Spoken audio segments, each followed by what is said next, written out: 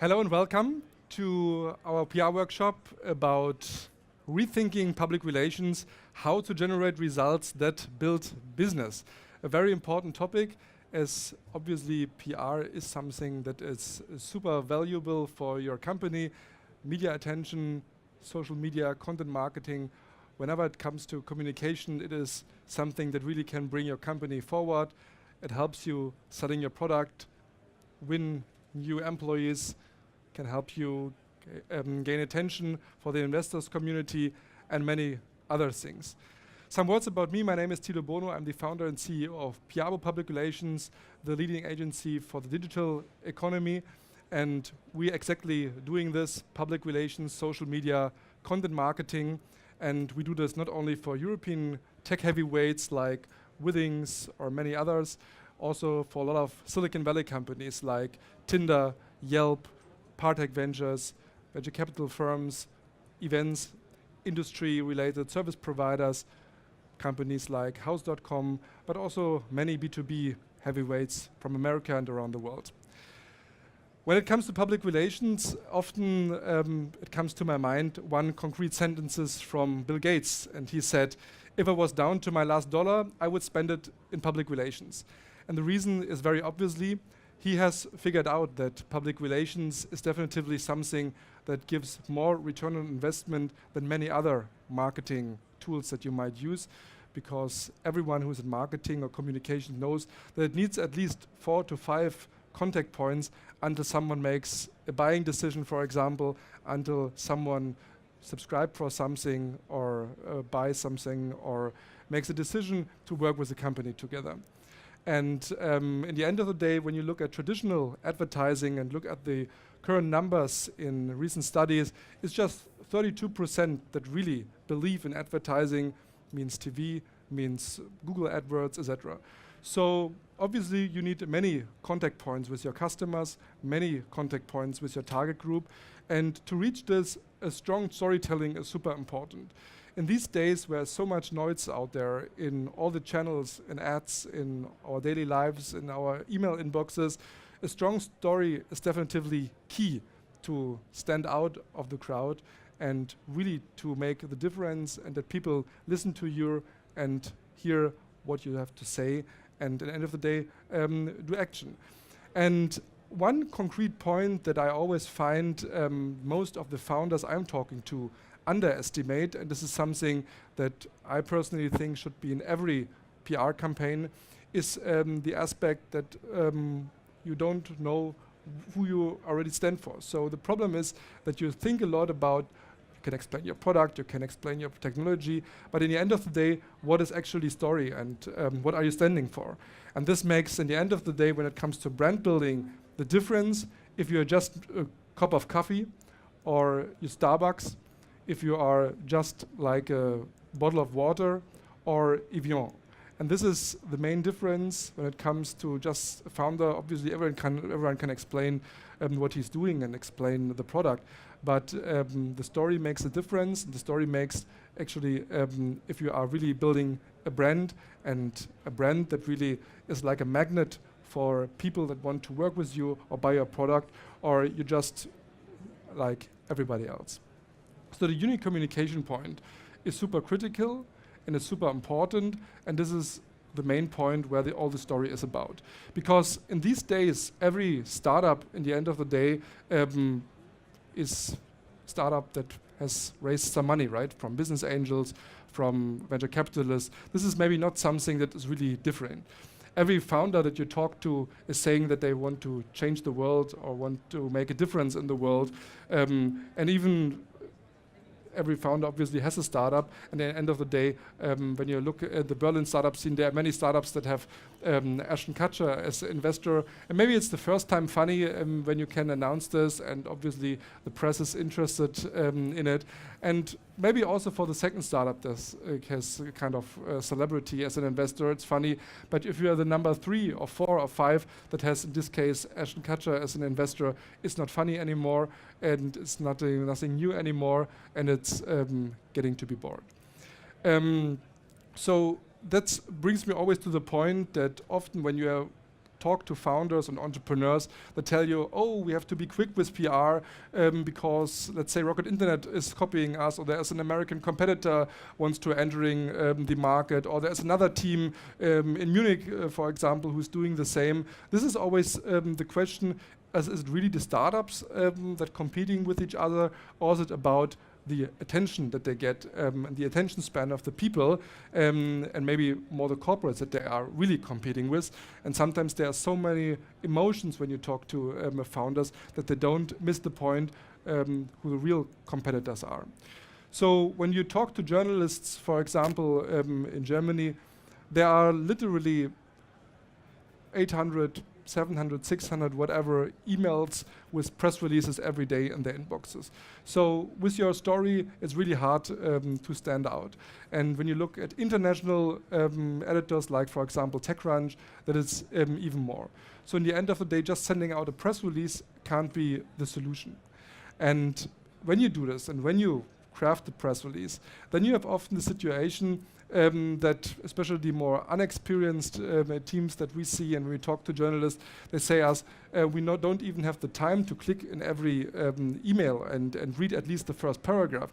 At the end of the day, when it becomes not clear what the story is about, just in the subject line, it doesn't help us, and we not even click into the email. So the situation is, if you can't tell the story just in the subject line, it is waste of time, and at the end of the day also waste of money.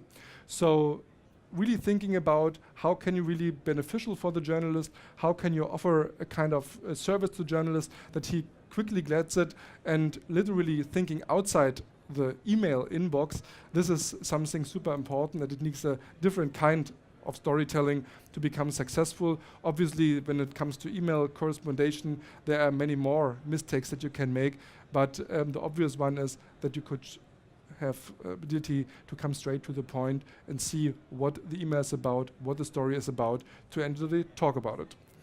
And in the end of the day, when you think about different tools, even calling them up is maybe not the best idea. For example, when you look at traditional newspapers, especially in Germany or still also in the UK, are very relevant. They have just a very small time span, and if they don't really know who you are, then they will not even pick up the phone or give you just a couple of seconds to explain what it's about. And if you have another story that comes straight to the point and you can explain it in 30 seconds, then it will be a big problem because you don't reach out through the noise. I think a model, when you have a story and when you think to craft a story that is very easy to understand, is not thinking from one press release to another. This is a mistake that we see with literally every client that we are talking to, that they just asking, okay, well, in this budget, for example, how many press releases will we get? How many people are in your distribution list? How many journalists you will call to? And often it turns out that this is not the relevant number and not the relevant case. It is more about how you can tell the story and have you really a strong story, and are you able to tell the story in every different channel that you ask yourself. For example, how can the story be told in 140 characters in Twitter, for example, or in a more private environment like Facebook, or what are the influences that's matching with it? This is much more important, and of course a press release is still an important tool, but not the tool anymore. So at the end of the day, it comes down to how you can be the purple cow and how can you tell the story in all the different media.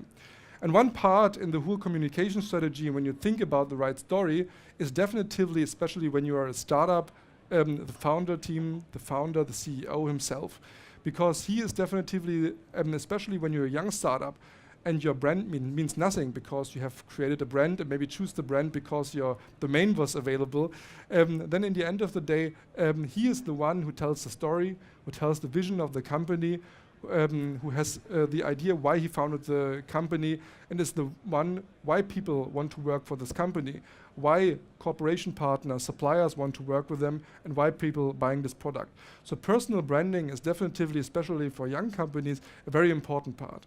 And when you think that you're not only the CEO of the company, you're also the CEO of yourself, then it becomes a totally different mindset, and it's very important to think, what this kind of PR strategy can mean for your company and how can you leverage this. And personal branding comes literally down to 3 points: recognition, reputation, and respect. I think these 3 R's are quite clear for everyone. And when you think about your personal branding strategy, then these 3 words are super important, and you can maybe a bit easier think about stories and positioning of yourself. And also here, the key question is, who are you? Who do you stand for? And what is the thing that makes you different from all the others? And personal branding means not only the language and the vision and mission of the company, it makes also the difference how you look, how you present yourself, and how do you make things different. And I think in this case, Steve Jobs, as in many cases, is a very good example here, not only with his speeches and his style, also in his outfits is very, very consistent when he is on stage and when he gives his different kind of speeches.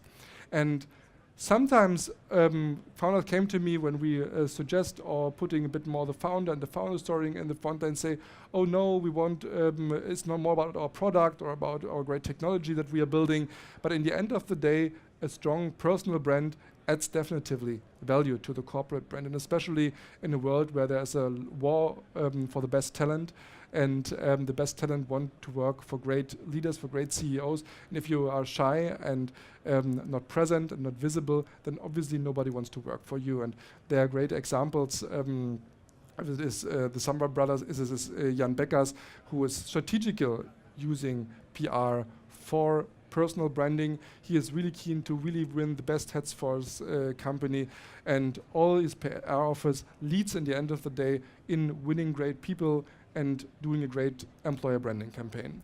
And so again, it is not about self-promotion, it is really a leadership requirement from every CEO to do a proper self-promotion campaign, a good personal branding.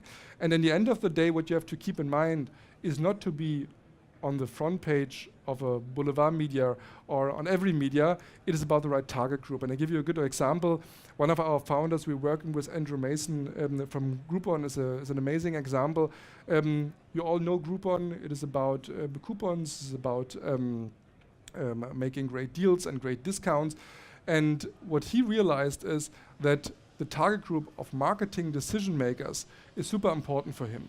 So for him being on the front page of, in this case, VNV, which is like for our international guests here, like the Adweek in the US, or also here the advertising magazines in the UK, this is much more important than being on the front page of a, let's say, for example, lifestyle magazine, etc., because he has to build a trustworthy brand for the CMOs that they believe in his product, in his company, that they say, okay, we want to work with you, we trust you, you build our brand and not destroy it with your platform. So this more or less niche magazine is much more important than when it comes to, let's say, more random kind of media. And when you think about your story or the story for your leadership team, it is also important to think about what are the strengths, what are the weaknesses, what are the opportunities that I have, and really build a kind of storytelling that reflects all kind of aspects of the personality, but also of the company. Because in the end of the day, when you craft a story for a person or also for a company, it's super important to really realize and be aware also of the failures that and the stories that might not work that well. And one tool that I would strongly recommend you and that we really love to use and recommend to all of our clients is news checking, because it is something that is very cost effective and also very effective in placing the right message into the media and position also companies that not so well known very easily in the media. And what it exactly means is that every day there are obviously, if we send press releases or not, if we call journalists or not, there are obviously TV, radio, online, print, all kind of media happen. And when a story comes out, then let's say, for example, NSA scandal, or there's something, a hacker problem, etc., then it is something that a lot of media usually write about it. And the situation that happened in all the media and editorial office is obviously that someone is responsible for the story and has to write about it. And if it is a responsible journalist, what are they doing? They need an expert who gives a opinion about it. And when this story is built over the day, they're Googling for an expert, for example. They're looking for someone who can give a quote. It is not about a press release. It's not about that you write long statements. It's about the right timing, that you are quick and straight to the point. And I'll give you a very concrete example. As the Apple Watch was announced from Apple, there's a client from us called Applause, which is a mobile analytics firm, and they positioned themselves as the expert for the Apple Watch.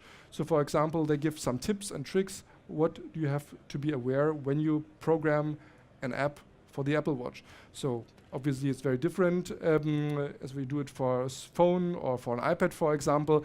So they positioned themselves very cleverly and was in all the mobile media, in all the mobile developers, publications, newsletters, online magazine, newspapers.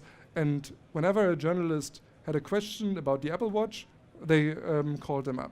And as the process was very quick and very efficient, when you Googled at this time, Apple Watch expert, they showed up and everybody could call him, and the ability to talk with them and have an opportunity to talk.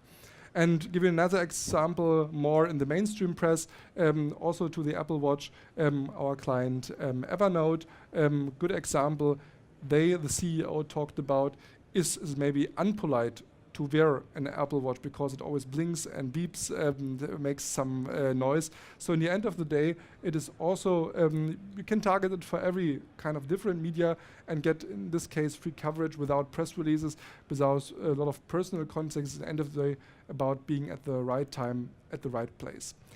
And obviously, it is also the case that you can write a story for every different target group. So it doesn't have to be that you send, and this obviously, as most of the companies doing it, sending out one press release, and that's it. So, but every story has different kind of angles, and I give you also here a concrete example.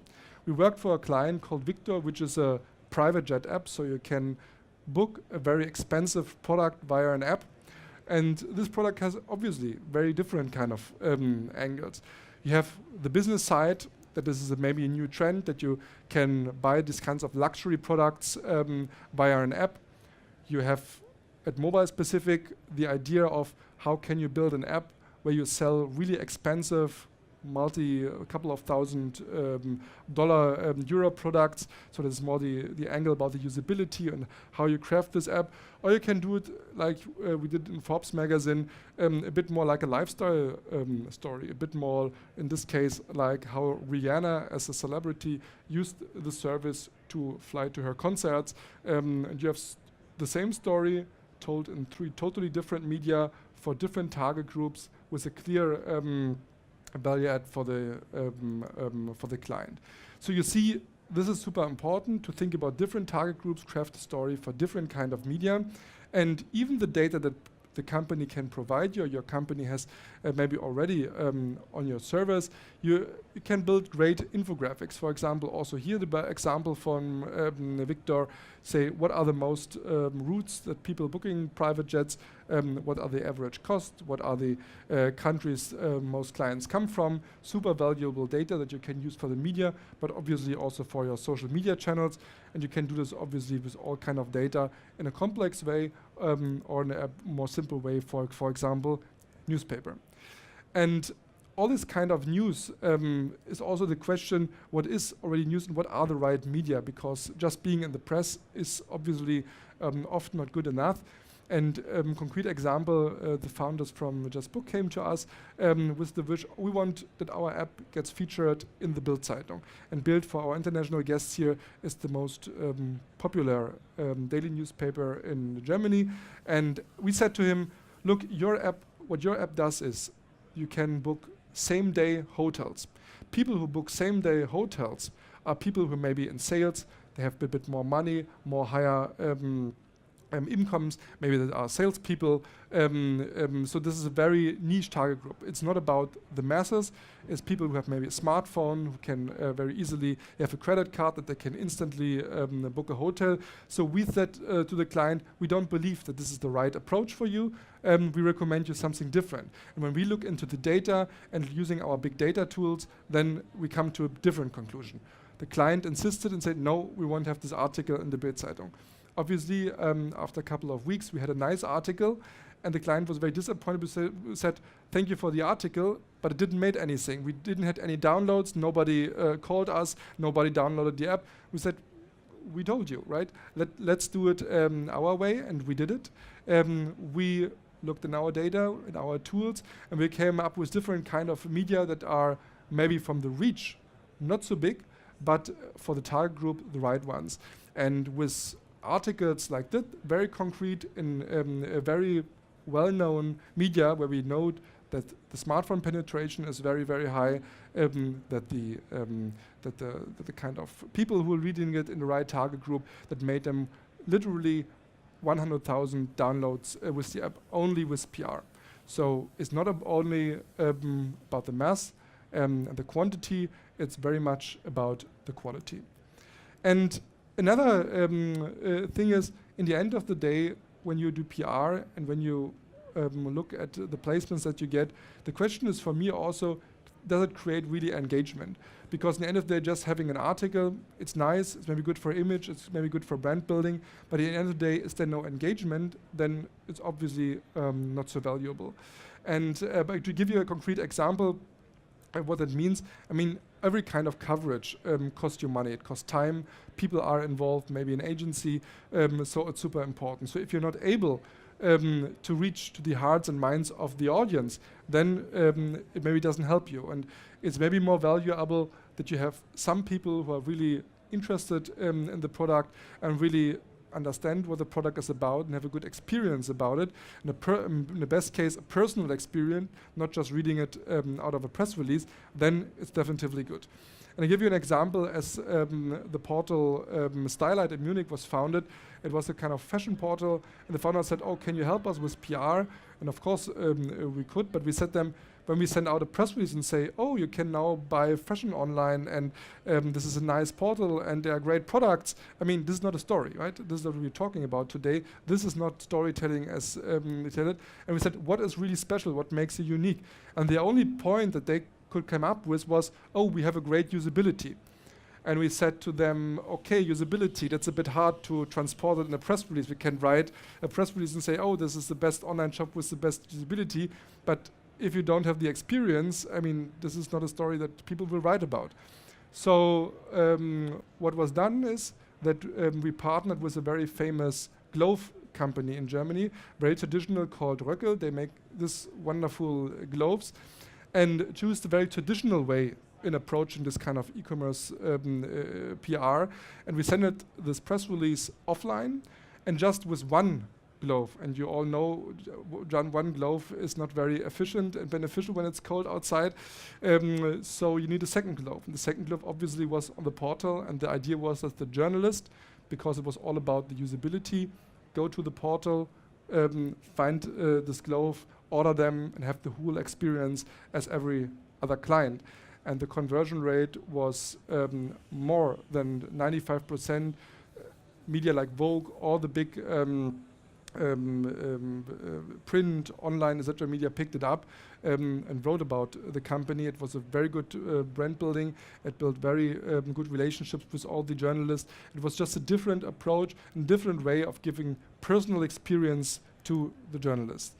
And there are other examples when we're talking about emotions. It reminds me on an app that we launched for a company that has a video app. It was some years ago, as it was not so popular that you have, or not even YouTube exists on the smartphone. So they had an app where you could just buy to see specific videos. And we created a video where we have shown a car that falls down from the heaven into one of the most famous places in Berlin. And we created the scenery in Berlin, actually, with this car. It looked like it fell down from heaven. Of course, there was an animation where you can saw this. We put this kind of security band around it, and it was a super emotional story, and we linked it very cleverly with the press, obviously, that everybody wrote about it. And the trick here is not only creating emotions, really creating also a story where the company and with the name of the app is involved, because obviously the picture that you saw is super emotional, and is obviously that a lot of journalists will write about it, but also bringing the company into the media is super important, that there's a direct connection.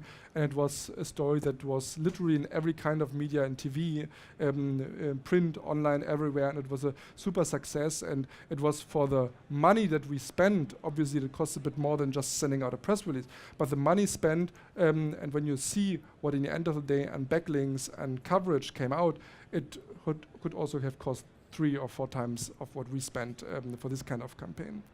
When we're talking about these kind of contents, obviously you don't have to spend 10,000 of euro to do this kind of PR stunts or guerrilla marketing activities as we did. It is also a bit easier possible. For example, what I always observe is when I look at talking to founders, looking at their press kits, that they often are very, we're not saying shy is maybe the wrong word, but often using picture and visualization not properly. I think you can have a good photographer for, let's say, 500 or 1,000 euro that can take some pictures, can think about how can I tell a visual story, how can I do also visual storytelling. It doesn't have to cost a lot of money, but this is super important. When you look here, this is a company called Irento. Rento is like eBay for renting, and here in this case it was the topic about luxury renting. And when you see there are 4 lines article and how big the picture is, and you see that makes sense to think about how can you visualize a story. This is like Facebook for pets. When you own a pet, you have a profile for your pet there. You see this is the emotional picture that we send it, the journalist. This is the article. It's nearly 50% of the article that makes this kind of story. Super important to think about it, and especially this kind of topics are really easy to visualize. And also other topics when you come to dating with a client in the speed dating environment. And I think this video very easily demonstrates speed dating. You have a man, you have a woman in front of their computer, you have a watch, very easily to visualize speed dating. As we came with them to RTL, one of the private TV stations, and biggest private TV stations, they visualize it like with the mouse, with the stopwatch, with a laptop. So also here in the news, in the TV, a clear visualization of what speed dating could mean. But also when you're in security, when you're more a B2B company, also there, because often this is something where people say, oh, I'm B2B, I have just a boring product, it's a great technology, but how can I visualize? But also here you have, with this picture, for example, a clear visualization of the topic security when you send it out. And as you know, the prices and then the budgets from the editorial office, they go down. There is not so much anymore where they have the time and ability to send a photographer out or a graphic designer does something. So it helps definitively if you give them something to visualize it. And even if you're not in traditional computer security, you are maybe in mobile security, also for this there are solutions. So there's no topic, I guess, that you can't visualize. It's super important to think about it, what you can do with visualization, very important step. So what we see for the future, it might for some of you also interesting to see when you are more thinking about how you can modernize your PR and what are the tools and features that you should know in the future. First of all, we see that there is a much closer link from search engine optimization and PR. So a lot of companies that we visit, we see SEO and PR are totally separated and they don't talk to each other. But as you know, that the most valuable part when it comes to search engine optimization is at the end of the day backlinks, and at the end of the day also the power of content. Then you know and realize that PRs might be the best SEO that you can have. And obviously a lot of stories now will be consumed in mobile. And when you look at traditional PR strategies, that often is content that is not produced for mobile. Videos that only make sense if you see it on big screens, very much text, not so many graphics, not optimized for mobile. And in these days, there are special magazines that only exist on iPads, on mobile devices, and even that is often not addressed by many of the PR folks. We see that employer branding becomes more and more important in the war of talent, when you need access to the developer community, when you need access to all the kind of important resources that you need for your company. Then obviously PR is an amazing tool to position your company as a great employer, as a great place to work. And last but not least, obviously also virtual reality. When you imagine you are a company in the travel business, for example, or you have a great product to show, or manufacturing facilities, whatever it is, virtual reality gives you the ability, even if you have not so much money, to produce a little film. You can co-brand, for example, a Google Cardboard for just a couple of euro and send it to journalists. Definitely something that is valuable to think about it and to implement it into your PR campaign. I hope that some of these ideas I presented you today was new for you, and that you, when you come back on Monday to work, will at least implement one of them. That would be my goal for today. And I'm open to all your questions. If you have one, feel free, one-on-one, or also to ask it here in the audience. We have also a booth in the basement. Feel free also to visit us there. Thank you very much for your attention, and I hope you enjoyed it, and I wish you a very successful rest of the conference. Thank you.